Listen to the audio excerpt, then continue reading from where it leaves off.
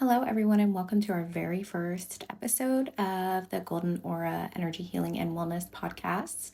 My name is Faye, and I am incredibly grateful that you're here.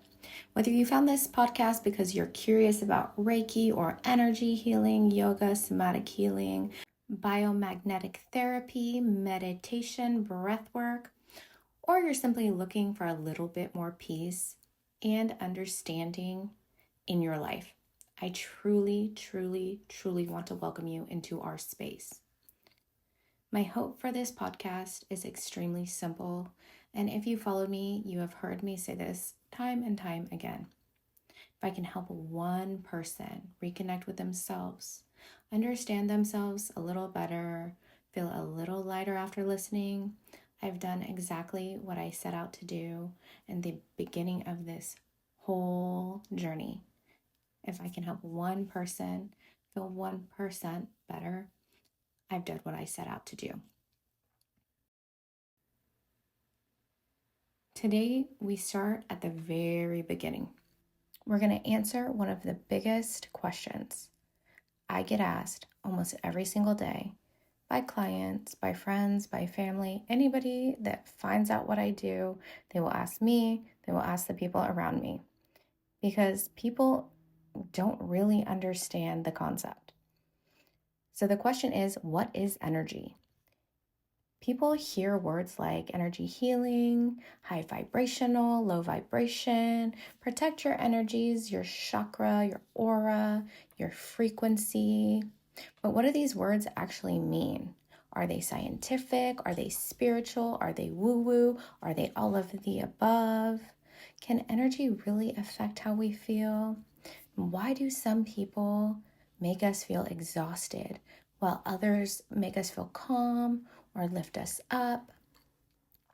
Why can we walk into a room and immediately feel uncomfortable without anyone saying a word? And today we're going to talk about all of that. This episode isn't meant to convince anybody of anything. If you have followed me, I am not trying to convince you. I am simply putting it out there for you to take what you want and do with what you will. I respect everybody's opinions. I don't want things to be pushed upon me, and I am not trying to push anything upon you. So throughout this podcast, I'll separate what science currently understands from spiritual beliefs and traditions so you can explore both thoughtfully. So grab a cup of coffee, find somewhere comfortable, take a deep breath in, and let it go. So when people hear the phrase energy is everything, it can sound mysterious or even unbelievable. But the word energy actually has different meanings depending on the context. In physics, energy is the ability to do work or cause change. Energy comes in many forms: light, heat, sound, electrical energy, chemical energy, and more. Energy can change from one form to another, but it's conserved rather than created from nothing. So when people in the wellness or spiritual community talk about energy, they're often referring to something different. Their lived experiences of vitality, emotional presence, connection, or practices rooted in traditions like Reiki or yoga. Those experiences are meaningful to many people, even though some concepts, such as chakras and auras, are not scientifically established or measured. So when I say energy on the podcast, I'm talking about both perspectives: the measurable energy that keeps our bodies functioning, and the personal and spiritual experiences of how we feel, connect, and move through the world. So let's start with the body. Our hearts beat because the tiny electrical signals coordinate each heartbeat. Our brains communicate through networks of neurons using electrical and chemical signals. Our muscles contract because of electrical impulses. Our nervous system sends messages throughout our body every second. From a scientific perspective, your body is full of electrical activities. Hospitals use tools like the EKG to measure the heart's electrical signals and an EEG to measure electrical activity in the brain. In other words, your body isn't just made of bones, muscles, and organs. It's an incredibly active living system with constant electrical and chemical communication. But let's step into a different perspective. For thousands of years, cultures around the world have described a life force or a vital energy. In traditional Chinese medicine, it's called ki or chi. In Ayurveda, it's called your prana.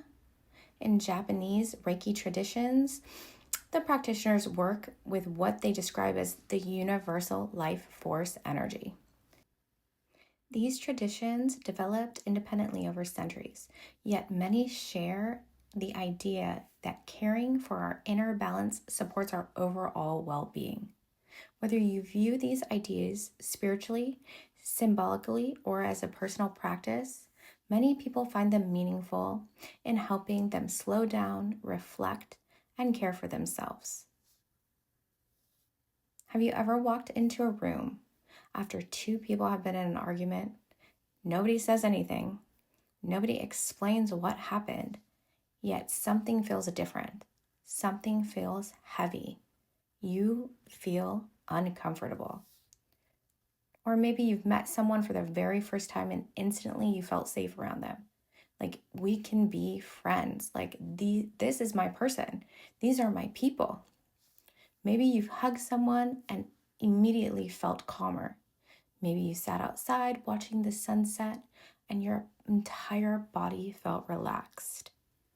These are the experiences people often describe in terms of energy. There are also different explanations that can contribute to these feelings. We naturally notice facial expressions, tone of voice, body language, and our environment. Our nervous system's constantly taking in information without us even realizing it. However we interpret those experiences, it's clear that our body and minds are always responding to what's happening around us, even if we are aware or we are not. Your body is always listening.